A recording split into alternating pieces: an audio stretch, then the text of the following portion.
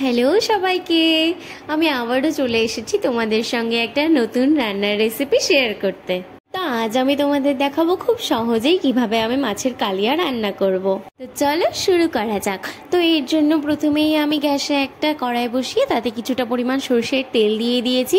এবারে আমি একটা বাটিতে মাছের পিসগুলোকে ভালো করে ধুয়ে নিয়ে তাতে লবণ আর হলুদ দিয়ে ভালো করে মাছের পিসগুলোকে লবণ হলুদ দিয়ে মাখিয়ে নিচ্ছি। তো এবারে মাছগুলোকে মাখিয়ে নিয়ে আমি তেল গরম হলে সেই তেলের মধ্যে মাছের পিসগুলোকে দিয়ে দিলাম একে একে। তা একে একে আমি সব মাছের পিসগুলোকে দিয়ে উল্টে পাল্টে ভালো করে ঢেকে রেখে কিছুক্ষণ ধরে মাছগুলোকে ভেজে নিলাম। আমার মাছ ভাজা হয়ে গেছে। তো এবারে আমি মাছগুলোকে একে একে তুলে নেব একটা পাত্রে। তো এবারে সেই কড়াইয়ের মধ্যেই আমি আরও কিছুটা পরিমাণ সর্ষের তেল দিয়ে দেব। তো এবারে তেলটা গরম হয়ে গেলে আমি আগে থেকে কিছু আলু কেটে রেখেছিলাম পিস পিস করে, সেই আলুগুলো আমি তেলের মধ্যে দিয়ে দিলাম। আলুগুলোকে এবার আমি ভালো করে ভেজে নেব। তো আলুগুলো ভাজার সময় আমি এতে একটু নুন আর একটু হলুদ গুঁড়ো দিয়েছিলাম। তো আমি আলুগুলোকে এপিট ওপিট করে ভালো করে ভেজে নিচ্ছি।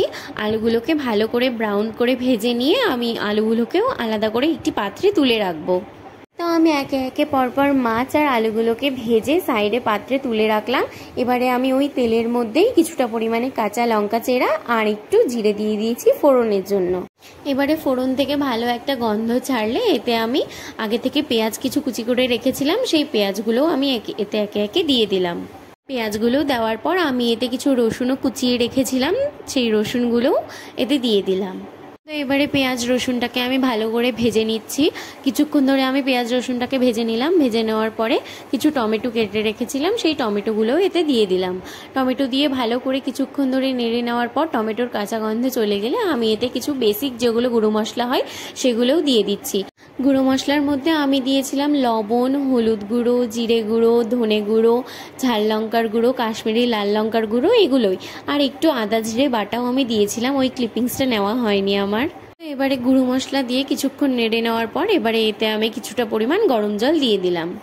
গরম জল দিয়ে আমি আবারও কিছুক্ষণ ভালো করে মশলার সাথে পেঁয়াজ রসুন আর টমেটোটাকে মিশিয়ে নিচ্ছি।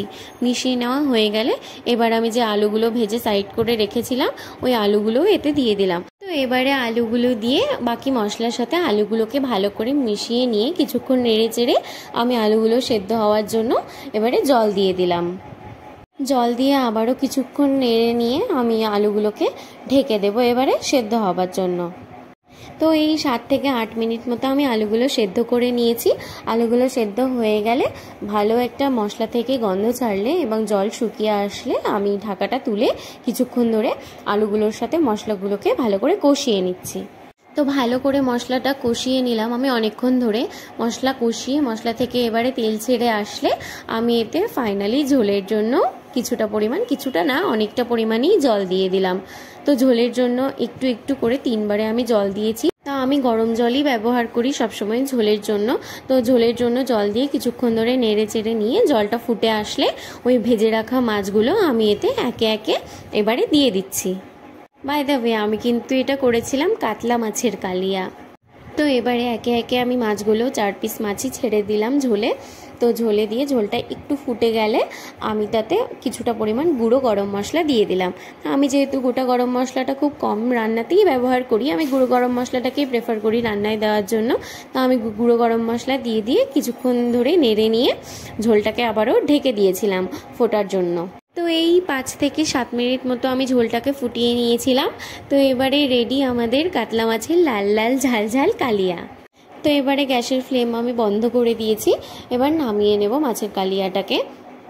তো এটা খেতে কিন্তু খুবই স্বাদ হয়েছিল। তোমাদের রেসিপিটি কেমন লাগলো পুরো ভিডিও দেখে তোমরা আমায় অবশ্যই জানিও।